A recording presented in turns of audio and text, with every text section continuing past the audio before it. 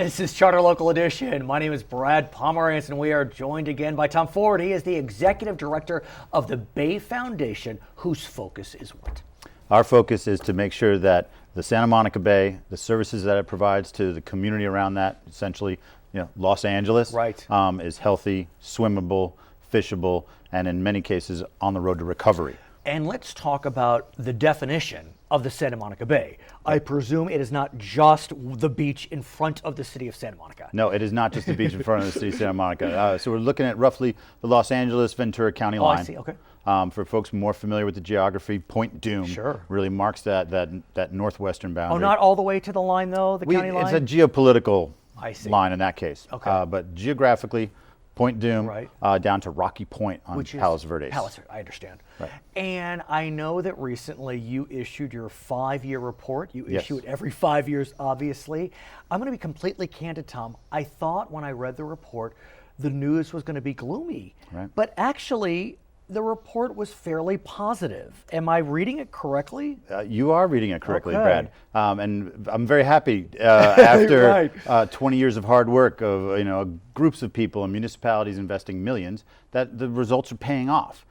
So we should be duly proud of those successes. The beaches are safer, the bacterial counts are down, the water quality issues that plagued us in the 80s and 90s are cleaning up, are going through that process. Let's be specific and kind of nerdy, if I may, because I am quite the nerd.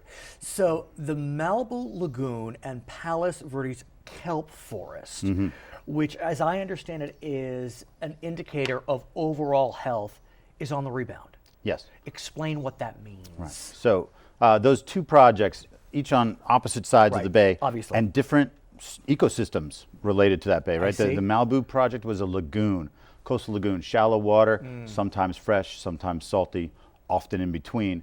And once the water quality improvements that we've referred to generically came into place, we were able to go in there and then start doing real restoration work. Planted over 70,000 plants, native vegetation plants. In the ocean? No, right on the banks of the ocean, around the lagoon, and in the water itself in some cases. Okay. Providing habitat for fish, recontouring that thing. It's beautiful. If you haven't been out there, you should make the trip. Okay. So that was a big part of it. But that's as much as like where the land meets the sea. For the kelp project, down south in PV, another situation where once we cleaned up the pollutants, things are heading in the right direction. We went in there to do a big fix. We have spent 6,500 hours scuba diving over the past 2.5 years to fix that kelp forest. It's booming back terrifically. The fishermen are already making money out of a place where they couldn't make money before. The fish are big and happy. I'm tickled pink. Fantastic. There's also good news, you hinted at it, the question of bacteria in the bay. Bacteria is actually down, or at least the harmful bacteria is down. That's correct. Explain that. Right. So we've improved our sewage treatment. So we don't have bacteria fluffing out the end of the pipe anymore. I remember seeing a type of fluff coming out of the pipe. So there's a yuck that we don't have to really deal with anymore. And our focus on stormwater pollution, the pipes dumping water out onto the beaches. In most cases, those large pipes have been diverted. They're no longer dumping out there. So the fecal coliform bacteria, the E. coli bacteria stuff that's from our gut, is no longer out there in the same way it had been. So another great situation. Let's talk about this, because always there's the question of effluent, the waste, and what happens to the waste. And we know that we do discharge that waste into the ocean. And like you said, we have been treating it in such a way where there's less harmful bacteria, but that presents another challenge. With one action, there's a reaction. And the reaction here is that we are providing tremendous nutrients into our oceans. That's right. What does that mean? So those nutrients have been coming out of the pipe with the bacteria, with the other stuff that we probably don't have to mention. Folks can fill in the blank. But now that we've eliminated the harmful algae, harmful bacteria problems, now we can focus on the nutrients, and it's not a small contribution. And the nutrients are from our human waste. I mean, the reality is, just cow manure is used for fertilizer. Human waste can be the same. Fantastic. Couldn't have said it better. And so exactly right. So now we have to focus on the fact that we're putting out the equivalent amount of nitrogen, which is one of the key things that when you're putting your fertilizer in your gardens. And it's a nutrient. It's a nutrient.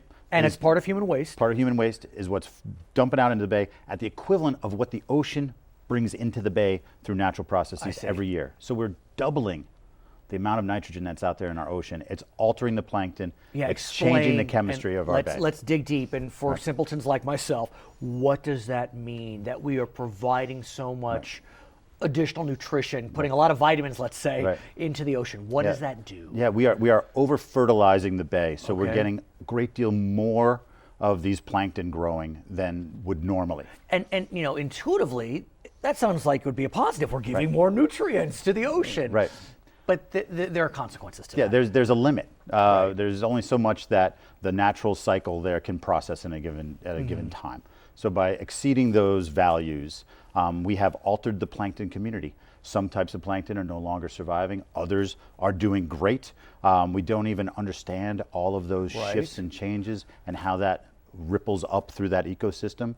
It means that maybe some fish aren't finding the prey that they would like. Other fish are doing better. And the alteration of the actual chemistry of the water is of pointed concern. And explain that. Are we kind of crowding out certain species?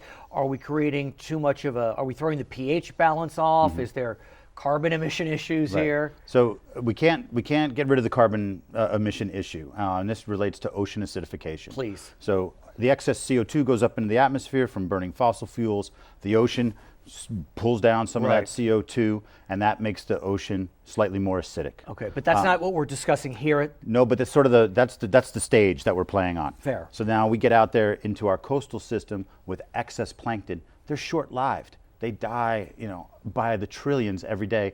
Bacteria break them down. Bacteria live like you and I do. They consume oxygen and give off carbon dioxide. So as the bacteria are breaking down the plankton, they are enriching our water further with CO2, which drives the pH down even further. So we went from a very alkaline situation to one that's becoming less so, and lower oxygen levels, meaning the fish, the crabs, the lobster, the urchins, you name it, all of a sudden are sitting in a situation where they can't get a real good breath. Are we seeing a die-off? Potentially. Not yet. Hopefully. That happens periodically. We see these pulses of these harmful algal blooms where the water is root beer red. It smells. This past summer we had big green bubbly mats of stuff washing up on the beaches. Those are periodic. How can we address this issue? Is there a solution? Yes. Which is? Fortunately, I think we've fought so hard for the coast all these years, we can now take that same fight to the drought. Okay. We need to increase our diversity in our water portfolio. We can further treat this water and recycle it and get it back from toilet to tap.